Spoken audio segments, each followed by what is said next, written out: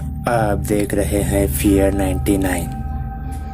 तो चलिए दोस्तों, बढ़ते हैं आज की कहानी की ओर। मेरा नाम सुनील वैद है और मैं वाराणसी का रहने वाला हूँ। मेरे पिताजी शिवाजी के मंदिर में पुजारी हैं। ट्रेन में सफ़र करते वक्त मेरा सामना रहस्यमय, खौफनाक, भूतिया शक्तियों से हुआ था। उस दिन के बाद मैं कभी ट्रेन में बैठने की हिम्मत नहीं कर पाया हूँ। ट्रेन का सायरन बजे तो भी मेरी धड़कन बढ़ जाती है। मेरे साथ वह दर्दनाक घटना तब घटी थी जब मैं अपने दोस्त बकुल और प्रदीप के साथ शिमला घूमने जा रहा था। हमने अचानक घूमने का प्लान बनाया। तत्काल में ट्रेन टिकट बुक किया और फटाफट रेलवे स्टेशन पहुँचे। ट्रेन निकलने का समय हो चला था। बकुल और प्रदीप ट्रेन में चढ़ गए और मैं नाश्ता पैक करवाने के चक्कर में लेट हो गया। मुझे जोरों की बाथरूम लगी थी तो मैं उधर रेलवे स्टेशन के पास कोने में खड़े खड़े पेशाब करने लगा। अचानक मुझे किसी अनजान शक्ति ने जोर का थप्पड़ मारा। मेरे कान में तो जैसे सीटी बज गई। मेरा नाश्ते का पैकेट हवा में उछलकर बिखर गया। आसपास देखा तो कोई ना था, पर मैं जिस पत्थर पर पेशाब कर रहा था उस पत्थर पर से धुआं निकल रहा था। यह देखकर मेरे तो रोंगटे खड़े हो गए। मैं फौरन ट्रेन की ओर भागा और चलती ट्रेन बड़ी मुश्किल से पकड़ी। बकुल और प्रदीप मुझे देखते ही गालियां देने लगे।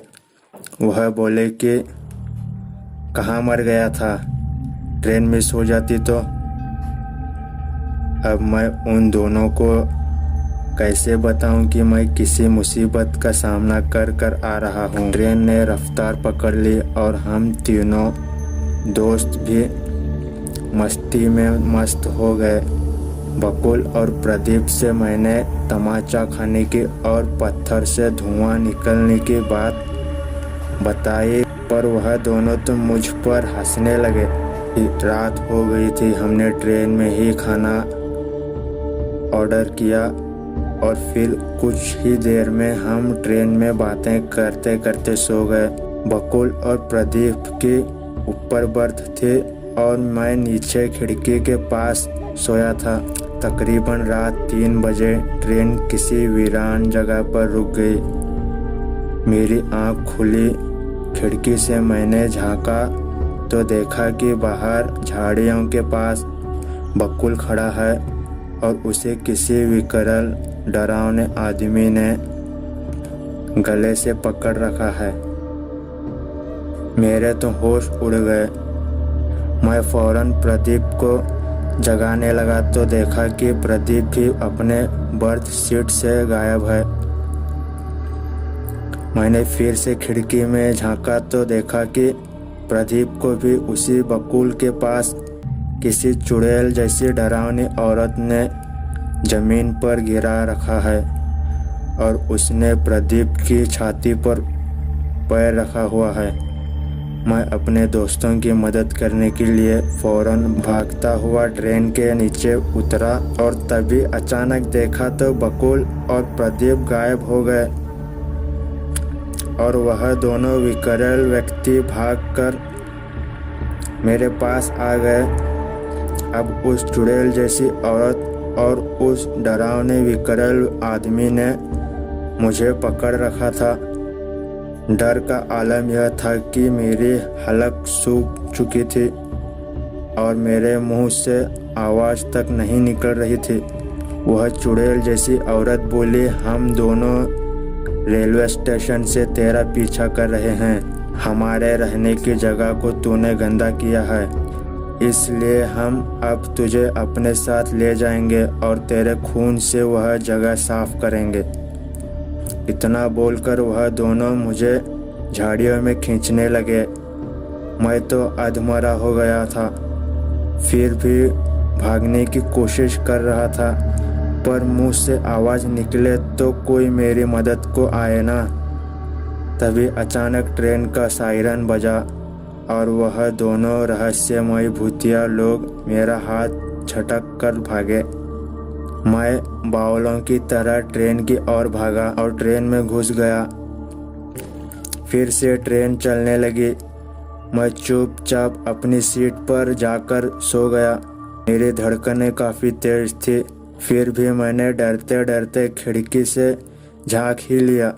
तभी देखा तो वह विकराल आदमी और चुड़ैल की जोड़ी सामने झाड़ियों में ट्रेन के साथ दौड़ रही थी और उन दोनों के मुंह मेरी ओर है। अब मैं खौफ से आतंकित था। मैं दहाड़ मारकर रोने लगा और चीखने लगा। हमारे डिब्बे के सारे मुसाफिर जाग गए और तभी देखा तो बकुल और प्रदीप दोनों कमीने अपनी सीट पर से नीचे उतरते हैं। वह बोले कि हम तो उठे ही नहीं है, अपनी सीट पर ही सोए हुए थे।